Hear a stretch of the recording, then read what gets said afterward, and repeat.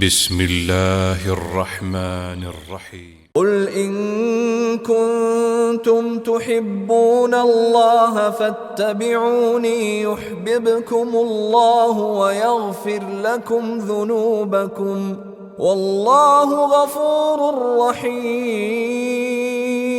ہمیشہ سنت پر عمل کرنے اور سنت کی دعوت دینے والوں ہی کو سخت آزمایا جاتا ہے، اور سنت کی دعوت اور سنت پر عمل ایک ایسا یہ عمل ہے کہ ساری دنیا ان کے مخالف ہو جاتی ہے۔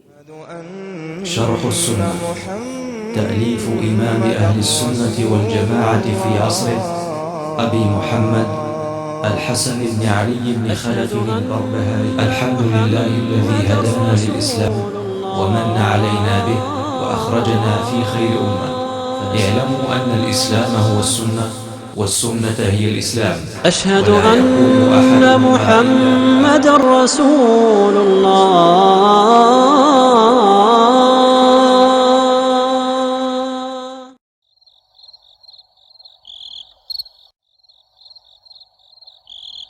وکفا وسلام علی عبادہ الذین اصطفیٰ، اما بعد۔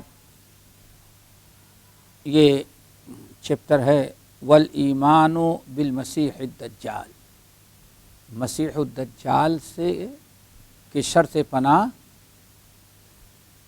ایمان رکھنا، مسیح الدجال کے خروج پر ایمان رکھنا، یہ اہل سنت والجماعت کا عقیدہ ہے اور اہل سنت والجماعت کے عقائد میں سے ہے، سمجھے نا۔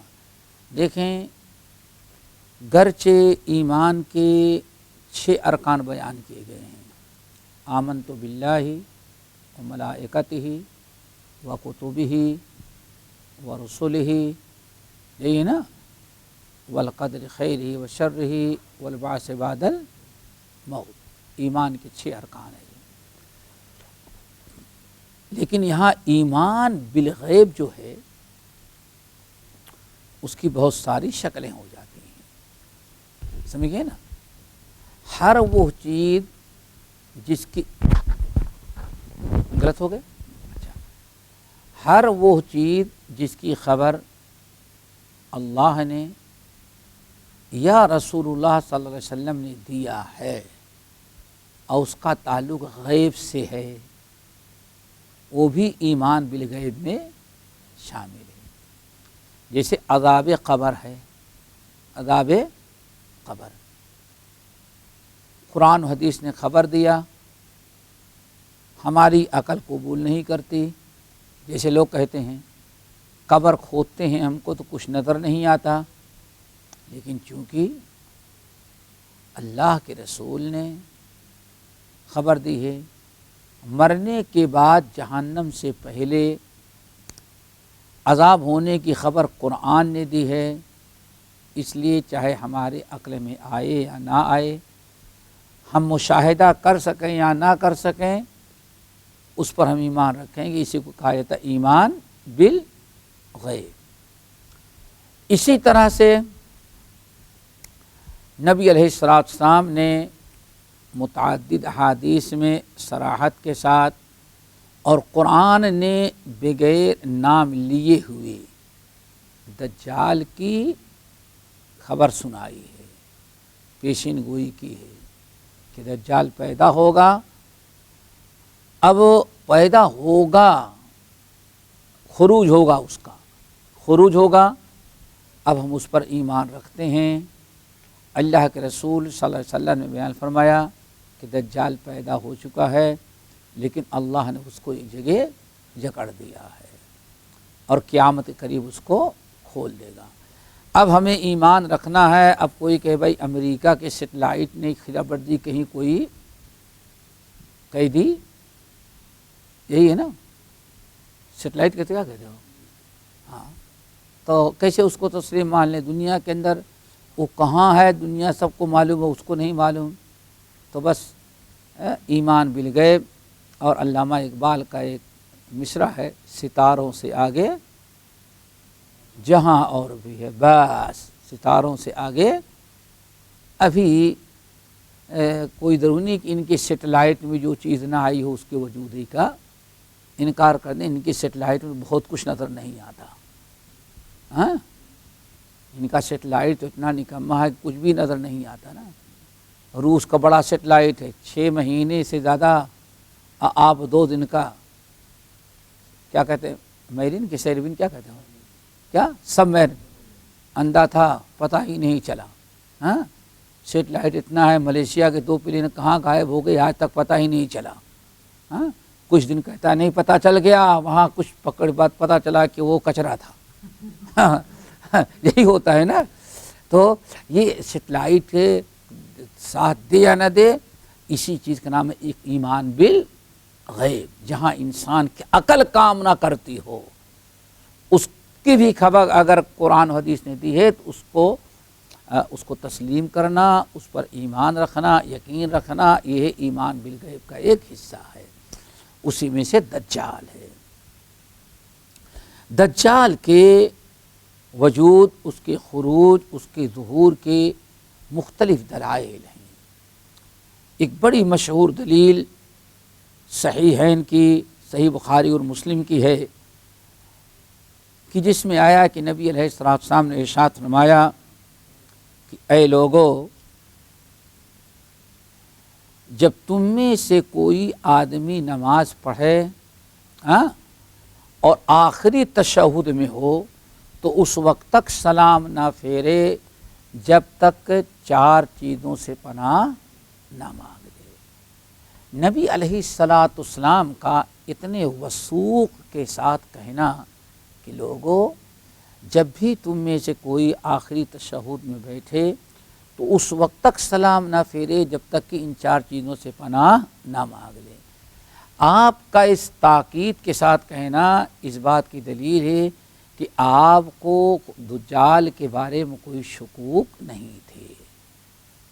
اور یہ بات میں اس لیے بتا دے رہا ہوں کہ ابھی جیسے نام لے رہا تھا جن کا انہوں نے آخری تحقیق یہی کی کہ نبی علیہ السلام کو بھی دجال کے بارے میں شک تھا.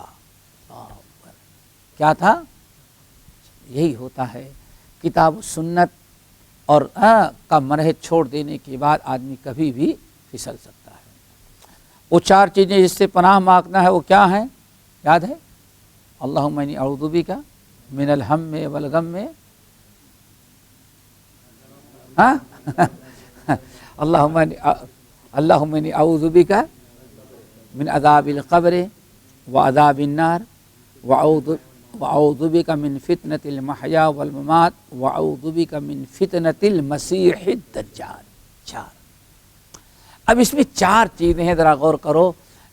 اور آج بھی دجال کے خروج کا انکار آج بھی بلکہ منکرین حدیث ٹوٹل انکار کرتے ہیں. سمجھ گئے نا ٹوٹل.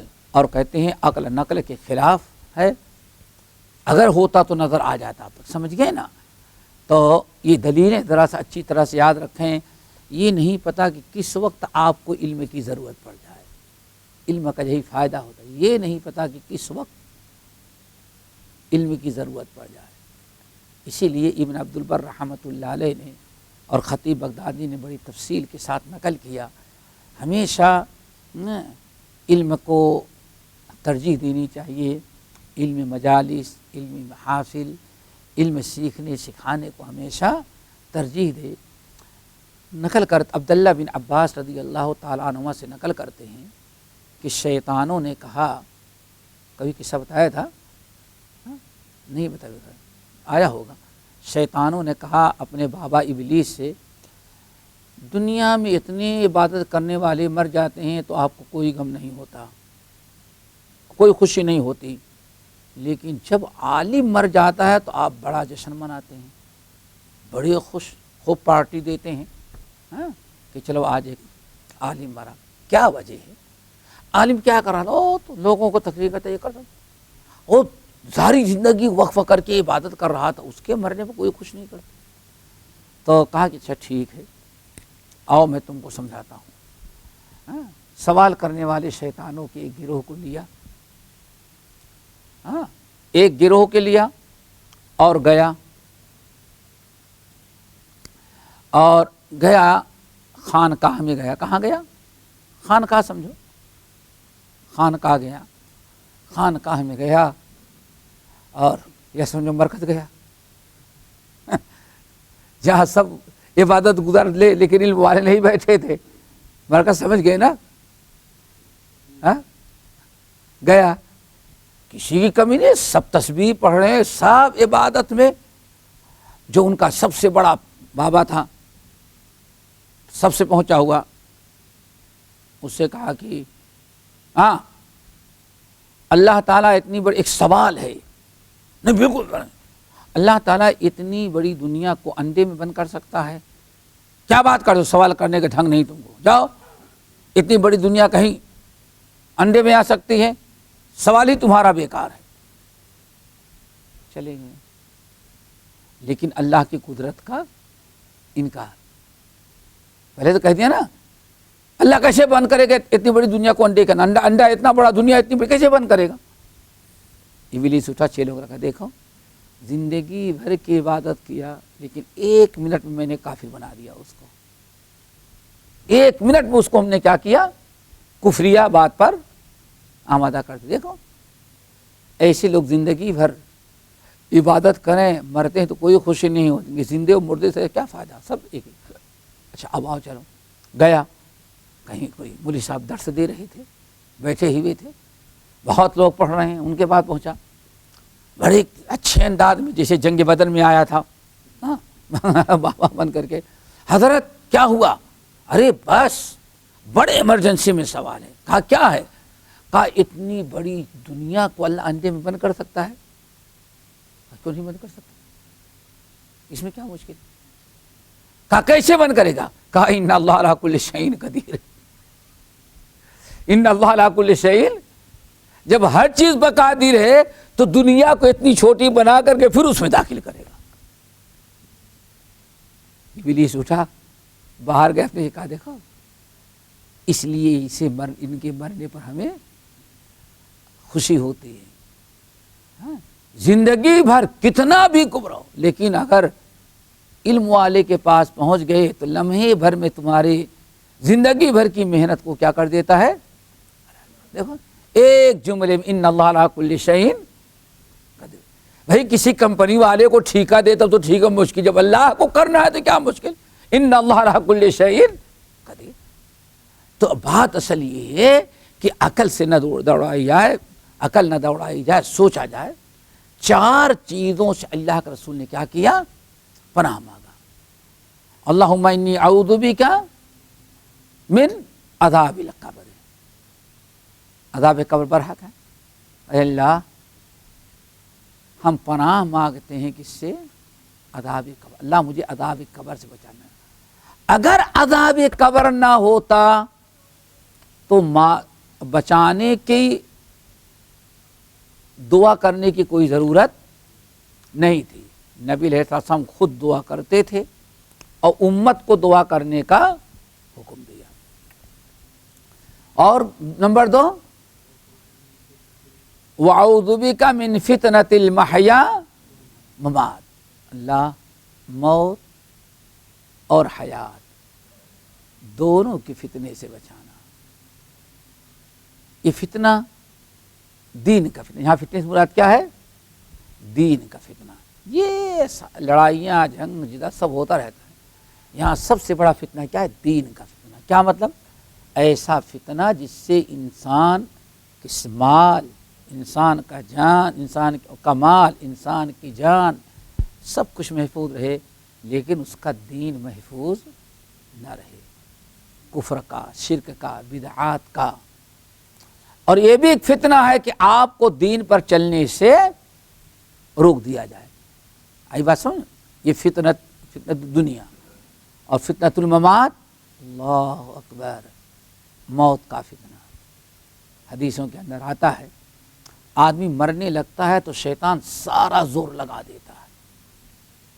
کیوں؟ سوچتا ہے کہ آج تک تو اس کو نہیں برباد کر سکا، اب چند منٹ رہ گئے ہیں، اگر اس میں کامیابی نہ ہوئی تو شکار ہاتھ سے چلا گیا. تو وہاں کھڑا بڑے کوشش کرتا رہے کسی بھی صورت سے مرتے دم تک یہ کفریہ شرکیہ کلمہ پڑھ ڈالے جیسے، اور بڑے انداز ہوتے ہیں، اور اس کو بھی سمجھنے کے لیے کس کی ضرورت ہے؟ علم کی۔ امام احمد بن حنبل کا واقعہ یاد رکھیں، ہاں، احمد بن حنبل کا واقعہ کتنا دردناک، فتنۃ دنیا بھی ہے اور فتنۃ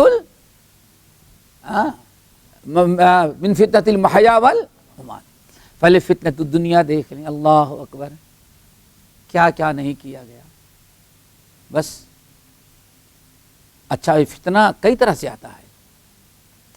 احمد بن حنبل کے پیچھے علماء پڑ گئے، جلاد تھے وہ پڑ گئے۔ جلاد کیا کہتا؟ احمد، تمہارے جیسے نیک انسان پر کوڑے مارنے کی ہماری ہمت نہیں پڑتی،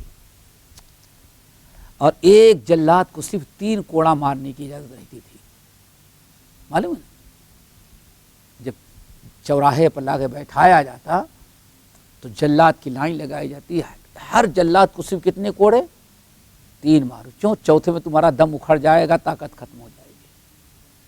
اور جلاد احمد بن حنبل کو وہاں بیٹھایا جاتا، پیچھے آتا یہاں سے، اور یہاں سے جو ایک انداز ہوتا ہے دوڑ کر، دیکھ رہے ہیں اب تو کرکٹ کا زمانہ ہے نا بھائی، کرکٹ مارنے والا بھی دوڑ کر کے مارتا نا، پہلے دوڑتا ہے، پھر ریس لگاتا ہے، پھر آخر میں جا کر کے بیوقوفی کرتا ہے، وہی کہو نا، بیوقوفی کرتا ہے، ہاتھ کی چیز کیا کیا، پھر اللہ اکبر، دیکھا تو کسی چیز میں پاور پیدا کرنے کے لیے ذرا پیچھے، تو جلاد ظالم پیچھے آتا، پھر یہاں سے دوڑ لگاتا اور جا کر کے جتنی طاقت ہوتی احمد بن حنبل میں مارتا، بلکہ دیکھنے والے کہتے ہیں واللہ احمد بن حنبل کا یہ جسم اور ہمت تھی جو اس کو برداشت کر سکتی تھی، اگر وہی جلاد اتنے ہی زور کا کوڑا اگر ہاتھی کو مار دے تو ہاتھی برداشت نہیں کر سکتا تھا،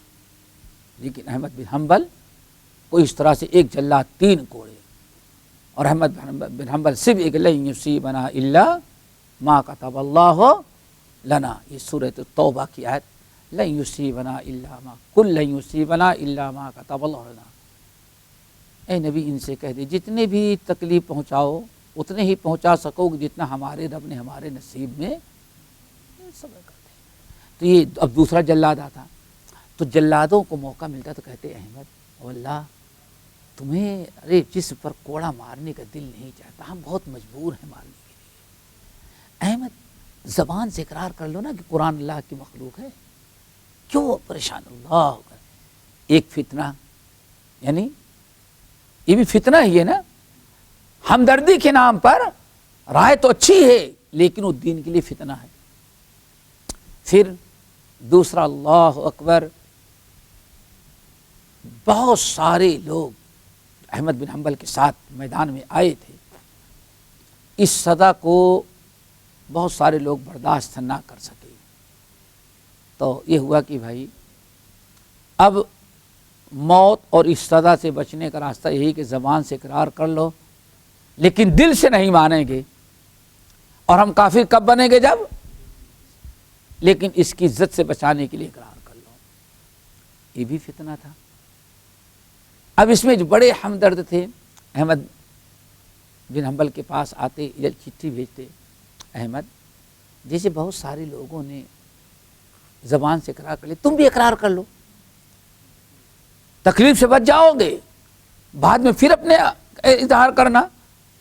اور معلوم ہے کہ ہاں اگر مجبوری کی بنا پر زبان سے اقرار کر لی، اگر دل سے اس کو نہ مانے تو کافر نہیں ہوگی۔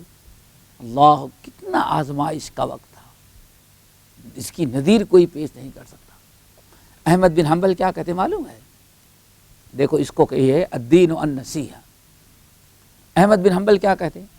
کہتے تم لوگوں نے اقرار کر لیا زبان سے، تم جانو، لیکن میں تو نہیں کر سکتا بھائی۔ دوست کہتے حضرت کیا مشکل ہے، وہ بھی تو عالم ہی ہے، اس کا معاملہ اس کے ساتھ۔ احمد بن حنبل کہتے دیکھو میں یہاں جب کھڑا ہوتا ہوں، درے مارنے کے لیے ہمیں لایا جاتا ہے، تو دیکھو یہ پورے چاروں طرف آدمی ہی آدمی نظر آتے ہیں، کوئی اوپر کھڑا، کوئی نیچے کھڑا، کوئی چھت پر کھڑا، کوئی سواری پر، اور سب یہ دیکھتے رہتے ہیں دیکھو احمد کیا جواب دے گا۔ یہ اتنی بڑی پبلک عوام جو ہے یہ صرف میرے فیصلے کا انتظار کر رہے ہیں۔ اگر میں کہہ دوں کہ ہاں قرآن مخلوق ہے، میں زبان سے بھی کہہ دوں گا تو ان کو سچ سمجھ میں آئے گا، یہ سارے کے سارے لوگ کو شرکیہ عقیدہ قبول کر لیں گے۔ میں ایسی جگہ کھڑا ہوں کہ اگر میں قبول کر لیا تو ان کا عقیدہ بھی برباد، اس لیے ناممکن ہے۔ ہمیں مشورہ نہ دو تم بھی، اور اے در مارنے والو، اگر تم چاہتے ہو کہ احمد تمہاری بات مان لے کہ قرآن اللہ کا کلام ہے تو یہ تمہارے دروں کی ہمیں پرواہ نہیں، ائتونی بشیء من کتاب اللہ اور سنت نبی ہی، قرآن پاک کی کوئی آیت یا نبی کی کوئی سنت ہمیں بتا دو، میں تمہاری بات مان لوں گا، ورنہ جب تک تم کتاب و سنت سے دلیل نہیں دو گے، طاقت سے منوانا چاہو تو احمد بن حنبل نہیں مانے گا۔ یہ آزمائش تھی، ٹھیک ہے نا، یہاں آزمائش میں قائم، یہ کیا من فتنۃ دنیا ومن فتنۃ المحیا۔ اب ذرا دیکھو آخری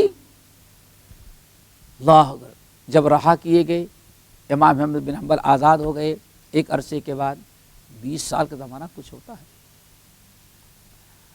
آزاد ہوئے، اللہ اکبر، ایک دن دیکھا گھر بیٹھے ہی بھی تھے، دروازہ کسی نے پیٹا، ان کا خادم یا ان کا بیٹا نکلا تو ایک صاحب سرکاری کھچر لے کر کے، کھچر وہی اس وقت کا پک اپ تھا بھیا، کیا تھا، ٹرانسپورٹ کرنا تھا اسی سے، ابھی آج بھی جہاں ٹرک ٹریکٹر مزدور سارے جواب دے جاتے ہیں، وہاں کیا ہو، ابھی بھی گدھا ہی کام کرتا ہے، ابھی اوپر تک جاتا ہے، وہاں دیکھا ہے کبھی، بہت ہے۔ اللہ اکبر، احمد بن حنبل کا دروازہ کھلا تو کھچر سرکاری، اس پر ایک تھیلا رکھا ہے، جیسے گونی تھیلا، کیا تھا، گونی سمجھتے ہیں تھیلا، ارے تھیلا تو اس کو بھی کہتے ہیں، پورا بوریا گرایا اور کہا خلیفہ بغداد نے احمد بن حنبل والد صاحب کو دے دو، احمد بن حنبل کو گفٹ بھیجا ہے، اور کہا ہے کہ ہمارے باپ دادا نے بڑا ظلم کیا، میں یہ اتنا گفٹ دے رہا ہوں، دے کے واپس آ گئے۔ احمد بن حنبل کا خادم جب گیا، کہا حضرات مبارک ہو، شاہی دربار سے پورا ایک گونی درہم اور دینار سونے اور چاندی کے سکے آ گئے، کتنا رہا ہوگا ذرا سوچو۔ احمد بن حنبل کے بارے میں آتا ہے اس دن جتنا روئے زندگی میں کبھی نہیں روئے تھے،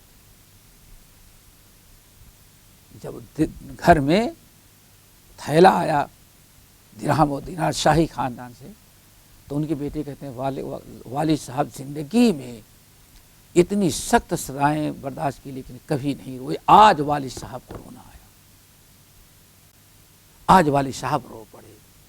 ہم لوگوں نے ہر حالت والد کی دیکھی تھی لیکن والد صاحب کبھی نہیں روئے تھے، آج والد صاحب کو رونا آیا، ادھر سے ماں، ادھر سے بچیاں، ادھر سے بچے، ادھر سے خادم، چاروں طرف سے لوگ پہنچ گئے۔ والد صاحب کیا بات ہے، اتنی مصیبتیں آپ جھیل لیے، کبھی آپ کو رونا نہیں آیا، لیکن آج ایک نعمت آئی تب رو رہے ہیں۔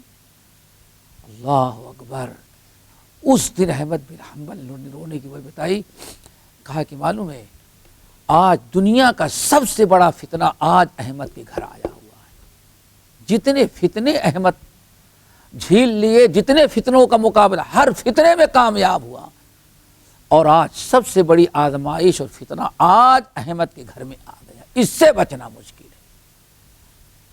ابھی تک طاقت کا استعمال، اور اب جو ہے حکومت ہمیں دے کر کے، مال دکھا کر کے، مال پہنچا کر کے ہمیں خریدنا چاہتی ہے تاکہ میں اس کے حامی نہ ہوں۔ اللہ دیکھو کتنے انداز سے فتنے آتے ہیں، انسان بول نہیں، لیکن ہم لوگ ان کو فتنے نہیں سمجھتے۔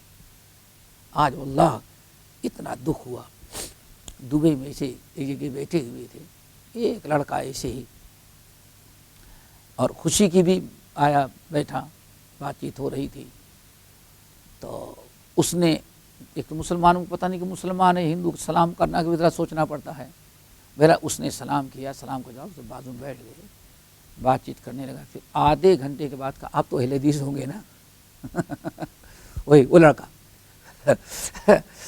آپ کے یہاں کا تھا، تو کہتا ہے کہ آپ تو اہل حدیث ہو، کیوں؟ کہا کہ آپ ہے تینوں چاروں بچے جو ہے سب کا لباس بتا رہا ہے کیوں آج کی بات سمجھ گئے نا، آپ تو اہل حدیث ہی ہو گے نا، کیوں؟ آپ کا سعد تھا، احمد تھا، سعود تھا، سب کا لباس بتا رہا ہے نا کہ اہل حدیث ایسا لباس پہنے کا۔ میں نے کہا بیٹا کیا ہے، تم کون ہو؟ کہا کہ ہم تو بتایا اپنا پورا ہو شجرہ حسب نسب بتایا۔ اس لڑکی نے بتایا، کہا کہ میں بہت تنگ آ چکا ہوں، کہا جس آدمی کے ساتھ میں کام کرتا رہا کئی سالوں سے، جب وہ اس کے ساتھ چلتے تو آج سے 2-2.5 سال قبل کہتے ہیں جب چلتے تو اس کی نگاہ گھڑی پر ہوتی تھی، اور مسجدوں کا منارہ دیکھتا تھا۔ اذان کا وقت ہونے لگے تو بار بار دیکھو بھائی جہاں مسجد نظر آئے روک لینا، وضو کریں گے تکبیر تحریمہ باجماعت۔ کہا کہ ہم سوچتے تھے کہ بھائی اتنا بڑا نمازی، کہتے لیکن اب آج 1.5-2 سال سے ایسا انقلاب آیا کہ نماز نہ پڑھتا ہے، نہ ہم کو نماز پڑھنے کی اجازت دیتا ہے۔ اور کبھی کبھار تو ایسا ہوتا ہے کہ بھائی یہ ڈیوٹی ٹائم ہے، نماز تمہارا اپنا ذاتی معاملہ ہے، ایک ہماری کمپنی اور نوکر ایگریمنٹ ہوگا۔ تو اس سے بیٹھا رہا، میں نے کہا کہ اتنا انقلاب، میں تو سوچ رہا، میں نے کہا کہ مال زیادہ آ گیا کیا؟ کہا کہ ہاں اللہ نے کچھ ایسا اس کے اوپر دنیا کا دروازہ کھول دیا کہ اب سب وہ، تو یہ فتنہ ہوتا ہے کہتے ہیں، ہاں کبھی فتنہ کبھی رحمت بھی بنتا ہے، آزمائش۔ احمد بن حنبل نے کہا سب سے بڑے فتنے میں ہم مبتلا تھے، آج اللہ نے مبتلا کیا، تو یہ من فتنۃ الدنیا من فتنۃ المحیا والممات۔ اور احمد بن حنبل جب انتقال کرنے لگے، موت کا فتنہ، موت کے وقت، بالکل موت کے وقت، یہ وقت بھی بڑا خطرناک ہوتا ہے، اس کی خوب فکر ہونی چاہیے۔ کون سا؟ موت کا فتنہ۔ توفنی مسلما والحقنی بالصالحین۔ اللہ، اے اللہ، اسلام کی حالت میں موت دینا۔ کس کی دعا تھی؟ حضرت یوسف۔ کس کی؟ یوسف۔ توفنی مسلما والحقنی صالحین۔ اللہ سب کچھ آپ نے دیا، بادشاہت، نبوت، رسالت، ماں باپ، بھائی بہن جدا تھے، سب کو اللہ آپ نے ملا دیا۔ اللہ تعالیٰ سب کچھ ہے، لیکن سب سے بڑی نعمت تو کیا ہے کہ اسی اسلام و دین پر خاتمہ ہو جائے۔ توفنی مسلمہ، اللہ وفات دینا تو اسلام کی حالت میں ہیں، اور اللہ تعالیٰ مجھے صالحین والحقنی بالصالحین، اور ہمیں کہا کہ ملا دینا صالحین۔ تو بڑی پیاری اللہ تعالیٰ یعقوب علیہ السلام یہی اپنی اولاد کو نصیحت کر، وَلَا تَمُوتُنَّ إِلَّا وَأَنْتُمْ مسلمون۔ میرے بچوں، اسلام کی حالت میں خاتمہ بالخیر بہت بڑی نعمت ہے۔ موت کے وقت شیطان سوچتا ہے جتنی قوت ہوتی ہے شیطان کو اتنا صرف کر دیتا ہے کہ چند منٹ کا معاملہ ہے، اس میں اگر ہم فیل ہو گئے تو یہ شکار نکل گیا۔ کسی بھی صورت سے کلمہ پڑھنے کے پہلے یا توبہ دروازہ بند ہونے کے پہلے اس کو گمراہ کر لو۔ احمد بن حنبل، اللہ اکبر، احمد بن حنبل وفات کے وقت ان کے بیٹے نقل کرتے ہیں کہ والد صاحب نے پانی مانگا، میں پانی لیا اور جیسے ان کے قریب لے گیا بڑے زور سے ڈانٹا، لا نہیں، میں کنارے ہو گیا، سوچا کہ موت کی تکلیف ہے۔ تھوڑی دیر کے بعد پھر مانگا پانی، جب لانے لگا تو پھر بڑے زور، لا، 3 مرتبہ اس طرح سے پانی مانگا، اور پانی جب میں نے پیش کیا تو فوراً انہوں نے لا یعنی نہیں، ہٹ جاؤ، بڑے زور سے۔ خاموش کھڑا ہو گیا، پھر تھوڑی دیر کے بعد بلایا اور پانی مانگا، میں نے پانی پلایا۔ میں نے کہا والد صاحب پانی مانگتے تھے لیکن 3 مرتبہ آپ ڈانٹ کر کے واپس لوٹا دیتے تھے، کیا وجہ ہے؟ امام صاحب نے کہا بیٹے تم کو نہیں ڈانٹ رہا تھا۔ اللہ اکبر، کبھی بھی بیٹے آ سکتا ہے، انسان ہمیشہ دعا توفنی مسلم والحقنی صالحین۔ یہ فتنۃ الدنیا وعذاب و فتنۃ المحیا والممات کتنے انداز کی ہے، اس کی ایک انداز نہیں، سینکڑوں انداز ہیں۔ دیکھو احمد بن حنبل کہتے ہیں بیٹے بڑے فتنے آئے، کامیاب ہوا۔ آج ابھی جب 3 مرتبہ میں نے تم کو ڈانٹا، تم کو نہیں ڈانٹ رہا تھا، شیطان کم وقت سر پر کھڑا، اللہ اکبر، کہہ رہا تھا احمد تم بالکل پرواہ نہیں کرو، تم نے اتنی قربانیاں دیں کہ بغیر حساب کتاب کے سیدھے جنت میں جاؤ۔ اللہ اکبر، تو میں کہتا تھا لا ہرگز نہیں، اللہ اکبر۔ بات تو بڑی اچھی کر رہا تھا نا، بات تو بڑی اچھی ہے، لیکن علم والے سمجھتے ہیں کہ بات اچھی ہے یا غیر اچھی۔ ہاں، امام احمد بن حنبل کے بیٹے کا والد صاحب کی کیا بات ہے اس میں؟ کہا بیٹے اصل میں زندگی بھر کسی اور انداز سے ہمارے پیچھے لگا تھا، اور اب دیکھا کہ میں ہاتھ سے نکل رہا ہوں تو میری تعریف کر کے ہمارے اندر کبر اور غرور پیدا کرنے کی کوشش کرا۔ دیکھا، اللہ اکبر۔ جس انسان کو اپنی نیکی پر تھوڑا سا گھمنڈ ہو گیا، ختم ہو گیا نا، تو وہ ہمارے اندر احمد بالکل اتنی نیکی، اب تمہارا کیا بگڑے گا، اللہ اکبر۔ اور جہاں دل میں اپنی نیکیوں پر آ جاتا سارا مسئلہ کیوں بھائی؟ یہ نیکیاں اس لیے ہیں کہ شاید اس کے ذریعے اللہ رحم کر جائے۔ اسی لیے ترمذی کی حدیث آپ نے کیا بیان فرمایا؟ کسی بندے کا عمل جنت میں داخل نہیں کر سکتا جب تک کہ اللہ کی رحمت نہ ہو۔ یہ رحمت جو ہے، عمل جو ہے رحمت کا ذریعہ، کیوں؟ ان رحمت اللہ قریب من المحسنین۔ جب آپ نے فرمایا کہ کوئی انسان، کسی انسان کا عمل جنت میں داخل نہیں کر سکتا، تو صحابہ نے کہا اچھا یا رسول ولا انت یا رسول اللہ، یا رسول اللہ آپ تو اتنی نیکیاں کرتے ہیں رات بھر، آپ کے بارے میں کیا آپ کی نیکیاں بھی آپ کو جنت میں داخل نہیں کریں گی؟ اللہ کے رسول فرمایا ولا انا، بھائی میری نیکیاں بھی ہم کو جنت میں نہیں داخل کر سکتی۔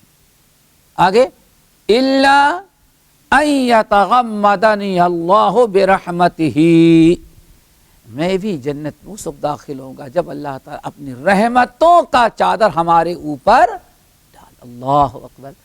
تو توفنی مسلمن والحقنی، یہ ہے میرے بھائی کیا؟ من فتنۃ المحیا والممات۔ اللہم انی اعوذ بک من فتنۃ الدنیا واعوذ بک من فتنۃ المحیا والممات۔ ہمیشہ کوشش کیا کرو، انما اموالکم و اولادکم فتنہ، کبھی یہی اولاد، اور آج کتنے مشکل کی یہی اولاد، کبھی انسان سوچتا نہیں اس آیت پر، کیا کرے؟ کبھی آدمی سوچتا ہے کہ کہیں ایسا نہ ہو ہم تو بہت اچھے ہیں لیکن اولاد بیوی اور بچے ہی ہمیں جہنم میں لے کے جائیں، کبھی سوچتا ہی نہیں، بس بچوں کے بارے میں فکر، بچہ نوکری کیسے، کاروبار کیسے، یو کے اور یا یو ایس کیا، ہاں یہ بڑی فکر کہ کہاں بچہ پہنچ جائے، ساری فکر اس کو، مسجد تک جائے یا نہ جائے اس کی پرواہ نہیں۔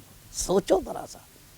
اور رب العالمین قرآن پاک میں 2-3 جگہ لوگو ان من ازواجکم و اولادکم، لو تمہاری بیویاں، بعض بیویاں اور بعض بچے تمہارے دشمن ہیں، ذرا فحذروہم، ذرا ان سے ہوشیار۔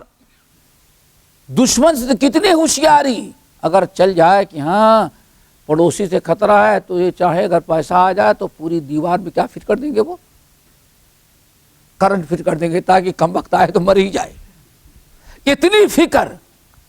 لیکن کبھی یہ نہیں سوچتا انسان کہ ہاں اس سے بڑا دشمن تو یہ، کیوں پڑوسی دشمن صرف جان لے گا، مال لے گا، اور یہ جو ہماری اولاد، ہماری بیوی جو دشمن ہے تو ہمارا دین ہی چھین کے، جنت چھین کر کے جہنم میں پہنچا دے گی۔ بڑا دشمن تو یہ ہے، لیکن اس کو انسان سمجھتا نہیں، بس مست. تو من فتنۃ الدنیا، من فتنۃ المحیا، آگے ومن نہیں عذاب القبر بھی ہے نا، چلو عذاب القبر، اللہ اکبر، عذاب قبر یہ بھی بڑا خطرناک ہے، اس سے بھی ہمیشہ دعا کرنی چاہیے. اچھا یہ تینوں چیزیں جو مانگے تو یقینی ہے نا، ذرا غور سے سمجھانا، تو یقینی ہے نا، تینوں یقینی، عذاب قبر بھی یقینی، فتنۃ الدنیا بھی یقینی، اور فتنۃ المحیا کسی میں کوئی شک نہیں. عذاب قبر پہ اگر شک ہوتا، اللہ اکبر، نعوذ باللہ، بعض لوگ کہتے ہیں کہ عذاب قبر یہودیوں کا عقیدہ ہے جو مسلمانوں میں آ گیا ہے. معلوم نہیں معلوم ہے؟ جاؤ مہدوی خان کو دیکھو نا تو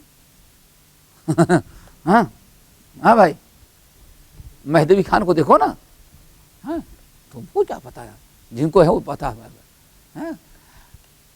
عذاب جو عذاب قبر کے منکر ہیں، آپ صرف ایک بات یاد رکھیں، 14ویں صدی میں انڈیا میں پیدا ہو، پنجاب میں پیدا ہو، تو اس کو تو سمجھ میں آتا ہے کہ ہاں یہ یہودیوں کا عقیدہ، اور وہیں عثمان بن عفان کا جو معاملہ ہے، سوچے ذرا سا، عثمان بن عفان سے کیا کہا گیا، امیر المومنین، جب جہنم کا تذکرہ ہوتا ہے، حساب کتاب کا، اتنا آپ نہیں روتے، قبر کا تذکرہ آ جائے تو بس آپ کی داڑھی تر ہو جاتی.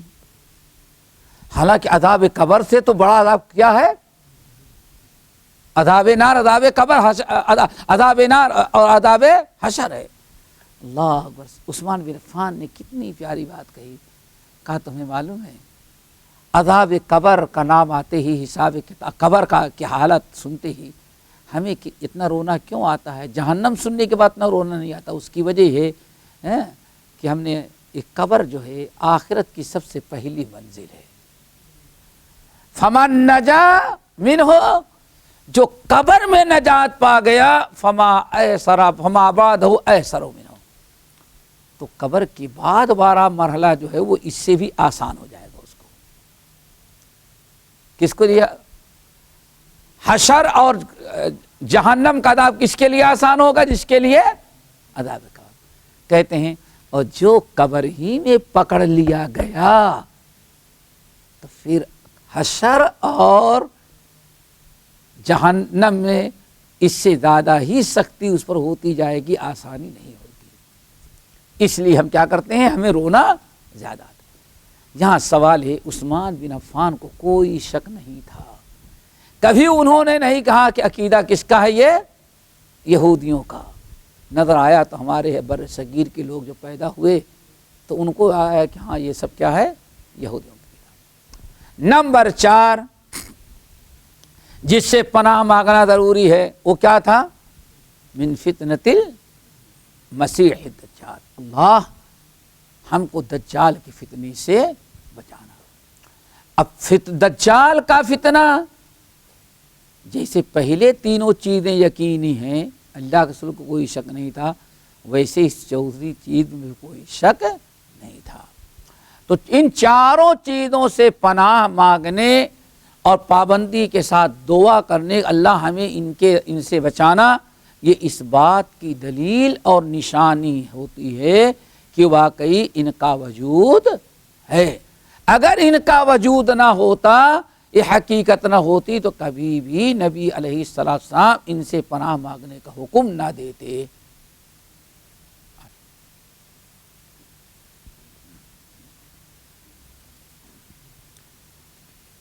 ہو گئی بات؟ چلو ایک حدیث تو واضح ہو گئی. آؤ بس یہی نقطہ یاد رکھنا کہ حدیث کیا ہے. کچھ لوگوں نے سرے سے انکار کیا. کہا جاتا ہے ہمارے منکرین حدیث 2 طرح کے ہیں. یہ ذرا سا یاد رکھیے گا. کتنے قسم کے؟ کبھی موقع ملے تو شیخ الحدیث مولانا محمد اسماعیل صاحب گجران والا کی کتاب حجیت حدیث، الوانی صاحب کی بھی ہے، اور یہ شیخ الحدیث مولانا محمد اسماعیل صاحب گجران والا کی کتاب حجیت حدیث ضرور پڑھیں. منکرین حدیث کتنے قسم کے ہیں ہمارے یہاں؟ دو، کچھ تو ایسے ہیں جنہوں نے سرے سے انکار کیا، اور کچھ ایسے ہیں جنہوں نے انکار تو نہیں کیا لیکن انکار کرنے کا دروازہ آنے والوں، انکار کرنے والوں کے لیے راستہ انہوں نے ہموار کر دیا، کھلے لفظوں میں انکار نہ کیا، ایسے انداز سے کیا کہ انکار کرنے والوں کے بھائی فلاں دیکھو فلاں نہیں لکھا ہوا، اللہ ہوگا، تو یہ شک شبہ والی بات۔ اور دوسری حدیث دیکھو، اللہ اکبر، حدیث کے اندر آتا ہے، یہ حدیث بھی بخاری کی ہے، اور امام بخاری رحمۃ اللہ علیہ اس حدیث کو کتاب التوحید میں نقل کرتے ہیں، صحیح بخاری میں ایک کتاب التوحید، ہاں آئی بات سمجھے نا، عقیدے کی بیان ہے، صحیح بخاری میں کس کا؟ کتاب الایمان ہے، اور خاص طور سے کتاب التوحید، وہ ساری چیزیں توحید کے منافق۔ ذرا سنو، اللہ اکبر، اللہ رسول نے کیا فرمایا؟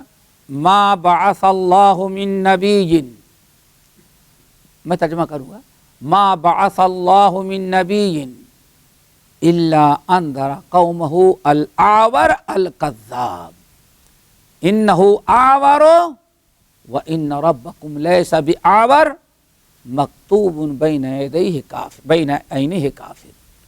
اللہ، اس شک کی بات ہے، یقین کی بات، سوچو، آپ نے ارشاد فرمایا، یہ بخاری اور مسلم وغیرہ کی حدیث پڑھی میں نے، آپ نے فرمایا اے لوگو ما بعث اللہ من نبی، اللہ نے دنیا میں کوئی نبی ایسا نہیں بھیجا جس نے اپنی امت کو دجال سے نہ ڈرایا ہو۔ اس سے اندازہ لگائیں، اب یہاں ایک نقطہ ہے، ذرا اس کو یاد رکھیے گا، ہاں کہ بھول جاؤ گے، ہاں یاد رکھو گے، پھینک دو نکال کر کے، یہ بہت اہم نقطہ ہے، ذرا یاد رکھنا۔ اللہ رسول نے کیا فرمایا؟ ما بعث اللہ من نبی الا وانذر قومہ من الاعور الکذاب، اللہ تعالیٰ نے دنیا میں ما بعث من نبی، کوئی نبی ایسا نہیں بھیجا، یعنی سارے نبیوں نے، اللہ نے کوئی نبی ایسا نہیں بھیجا جس نے اپنی قوم کو دجال سے نہ ڈرایا ہو۔ کیا مطلب؟ اللہ نے ہر نبی کو حکم دیا تھا، ہر نبی نے اپنے قوم کو دجال سے ڈرایا، ٹھیک ہے نا؟ وَأَنَا أُنذِرُكُمْ، اور میں تم کو بھی اس سے ڈرا رہا ہوں۔ پتہ چل گیا حضرت آدم سے لے کر کے محمد صلی اللہ علیہ وسلم تک جتنے انبیاء آئے، ہر نبی نے اپنی امت کو کس سے ڈرایا؟ اب یہاں ایک چیز تک سارا اشکالی دور ہے، اس کو یاد کر لو۔ کیا کہتے ہیں لوگ؟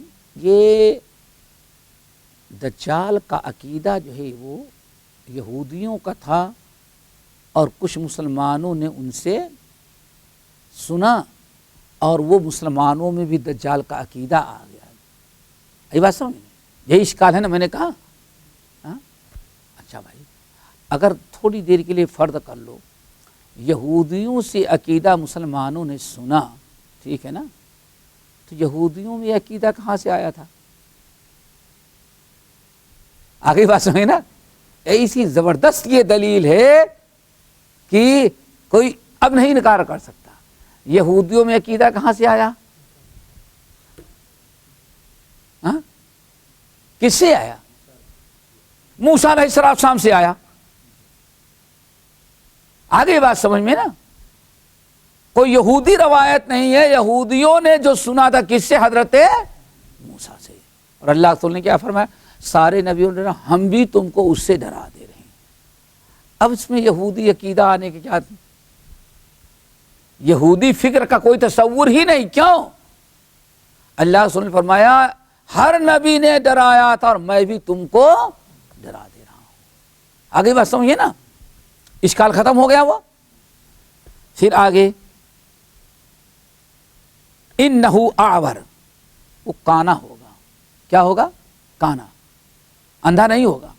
ایک ہوتا ہے اندھا، ایک ہوتا ہے کہتے ہیں نا اندھوں میں کیوں؟ اندھوں کو تو کچھ بھی نہیں، دونوں آنکھیں نہیں ہے، سمجھ گئے نا؟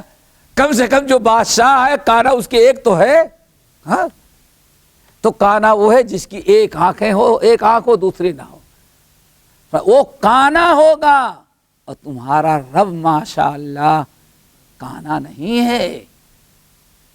کیوں؟ دجال جب آئے گا، یہاں داخل ہوا اس شہر میں، سارے لوگ دیکھیں گے تو کہے گا میں تمہارا رب ہوں، ہاں؟ ان کو کھڑا کرے ایک آدمی کو، اور دو جلاد کو لگ دونوں کو چیڑ دیں گے، دو ٹکڑے، آدھا ادھر، پھر تھوڑی دیر میں اٹھو زندہ کر دے گا، دیکھو میں ہوں اللہ کہ میں مردوں کو زندہ، یہ بس ایسے آگے حدیث آ رہی ہے، خشک ہوگا، سوکھا پڑا ہوگا، کہے بارش نہیں ہوتی گی، بادل یہاں آ جا، اس وقت بارش برسا جہاں، فوراً اللہ تعالیٰ لوگوں کے فرمائش جیسے حکم دیا، بعد موسلادھار بارش، اللہ اکبر، یہ معمولی فتنہ ہے۔ آپ نے ساتھ فرمایا وہ جو لوگوں تم کو کہے گا کہ ہاں دیکھو میں اللہ ہوں، چونکہ میں مردوں کو تم مارو اس کو، میں اس کو زندہ کرتا ہوں، میں بارش برس، اللہ وہی ہے جو زندہ مردوں کو زندہ، یحیی و یمیت و ینزل الغیث، آسمان سے بارش، تمہیں سب تو کچھ کر رہا ہوں، اللہ اکبر، سب کچھ میں کر رہا ہوں۔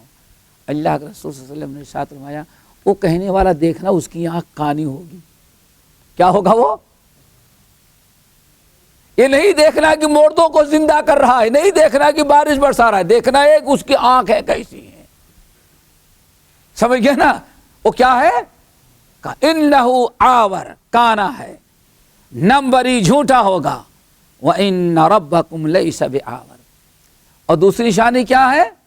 وہ کہے گا ہم اللہ ہیں، دیکھو ہم مردوں کو زندہ کرتے ہیں، بارش برسا، زمین کو حکم دے گا چاول پیدا کر، چاول کھانے والے ہوگے تو ہم لوگ ایک روٹی پیدا کر، فوراً چاول روٹی میدان میں سب، اللہ اکبر۔